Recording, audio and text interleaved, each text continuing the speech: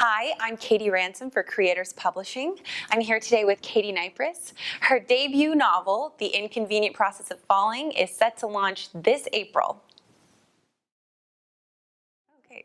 Katie graduated from UCLA, Phi Beta Kappa. That means she graduated in the top 5% of her class. She's a smarty pants. She's been asked to speak at 3 English conventions and a 4th next month, so that's very exciting. She studied at Oxford. You have such an impressive writing resume, and we are so excited to be working with you and publishing your debut novel. So why don't you give us a short synopsis of your book and how you came to write it? So it's about 7 childhood friends who go on their 2nd consecutive camping trip after their 1st year of college, and they're all reunited in a cabin for a weekend. And it's very much like the Breakfast Club. And then all these old tensions and everything are coming together, and they really have to reconcile who they were with who they are now, essentially. And so what led you to write about transitions and coming of age? I really love John Hughes movies, and when I was in high school, I went through a phase where I watched everything he ever made, and that really informed all my interests, I think. So I really wanted to write a coming-of-age tale that really focused on like the high school archetypes we're accustomed to seeing, and then how we define ourselves by them, and how we break from them, and how we deal with breaking from them. This novel is based on your life. How did you toe the line between fact and fiction? I really wanted to make sure that it didn't feel like any of the characters were real people. I really wanted to make a strong distinction between that. So I made sure that each character was defined by a conflict they went through. And this individual conflict was something that a lot of college students go through. So for instance, one of them experiences the death of a relative. Another one is dealing with not playing a sport he played every day for 13 years, and now he's not. So I really tried to make each character and everything about them centralized on this conflict, how it used to define them, and how it defines them now. So technology changes every day. There's a new social media platform or a new piece of technology that's connected to even more a watch or whatever. How do you think that those changing technologies affect friendship? I mean, I think technology has definitely changed how we have friends and how we communicate with them. Now we can have 1,000 Facebook friends with whom we're mildly familiar and know a couple of key details about, versus like in the 19th century when your main friendships were communicated through letter writing. So you'd have 4 friends with whom you would write 10-page letters, and you knew everything about them and every detail of their day, versus now you might know like a couple inane details about 50 people's day, but that doesn't mean you're really good friends. So I think this book is really focused on you do grow more when you're together, and your friendship is defined when you're together, and it's harder to keep that friendship going when you're apart. Even if you have Facebook and Twitter and Instagram and all the means of communicating, it's not the same as being in person. Do you have a favorite way to procrastinate from your writing? I love Pinterest. I love going on Pinterest and planning out all my future adventures. Awesome. Did this book require a lot of research, or did you kind of base this off of your life story? And if you did have to do some research, what was the process that you went through? I didn't have to do too much research because it's contemporary and it was about places I've been. So I think that really decreased the amount of research required, but I love Tolkien's methodology, and I really wanted to make sure that I got all the birds and trees and plants right for each area I was talking about. So I did a little bit of like nature research, but I didn't have to do much more than that. Writing a novel is definitely a time-consuming process that requires dedication and commitment. And what advice would you give to someone who is writing their first novel?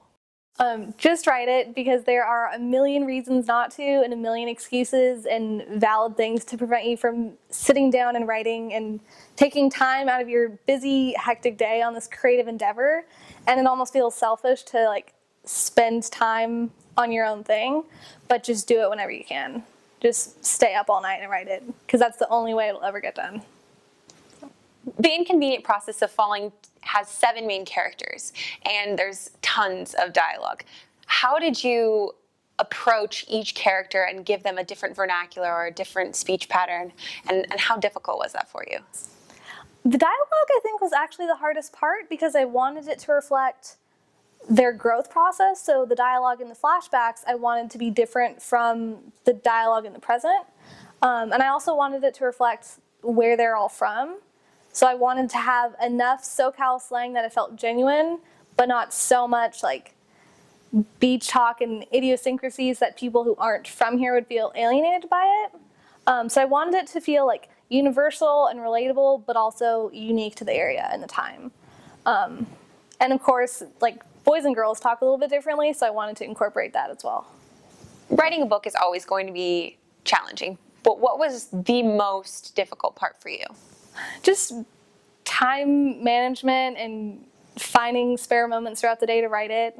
And probably because I was growing up as I was writing about growing up, which is a very odd feeling because you never hit a ceiling where you're like, okay, I'm grown up now. I know all the knowledge that I need in order to write about this topic, because you never stop growing and you never stop learning about what you're trying to incorporate into your own life and into all your creative projects. So as I would write, I would experience things that I had written about before that I just fictionalized, but now I would know, oh, wait, this is like an actual reaction to it. This is a much more valid way to experience this struggle. So I'd have to go back and rewrite scenes as I experienced them in real time. So definitely growing up as writing about growing up was very interesting, but I grew up during it. This novel has 7 main characters. Did you connect with any one character more than the others, or were they all equally difficult to write for? I found it a lot easier to write for the character of Alex and for characters who were experiencing things that I had already experienced. So Alex, for instance, is dealing with not playing baseball after playing it every day for 13 years. And my freshman year of college was really weird for me because for the first time in 13 years, I wasn't playing softball every day. So it was a huge transition, and I was really sad about it, and I was not expecting to be so sad about it. So, did you ever have anyone criticize you or tell you couldn't write this novel, maybe because you were a woman or because you were too young, you didn't have enough life experience? No, definitely not. I was really fortunate to be in so many really supportive communities, especially UCLA is really conducive to creativity. Like I wrote some parts of it in YRL, where Ray Bradbury wrote Fahrenheit 451. And no one is going to say, oh no, you're doing too much, you need to limit yourself. They're going to say, push yourself even further because you'll grow from this and it makes us look good. So I was really fortunate to be a part of so many communities there that were so encouraging of every endeavor possible. Especially the English department and the Alumni Association, where I worked for 3 years and had a second family. So Katie, you are so inspirational. You have 3 jobs, you're coming out with a novel, and you're already writing another novel. How do you stay inspired and motivated to take all this on? Because it's really fun, and I love it, and I have my turquoise typewriter and my mugs of Earl Grey, and I just stay really excited about it. Well, thank you so much for coming in, Katie. I had a great time talking with you about your new book. Thanks. And for all of you out there, The Inconvenient Process of Falling is going to be available for sale on April 3rd. It'll be available on Amazon, iTunes, the Barnes & Noble bookstore, and Google Play.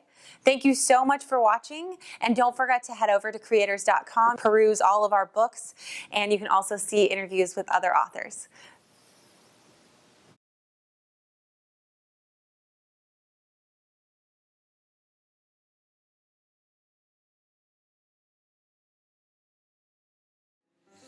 Hi, I'm Katie Ransom for Creators Publishing. Red leather, yellow leather. Kappa Phi Beta, no? No, good.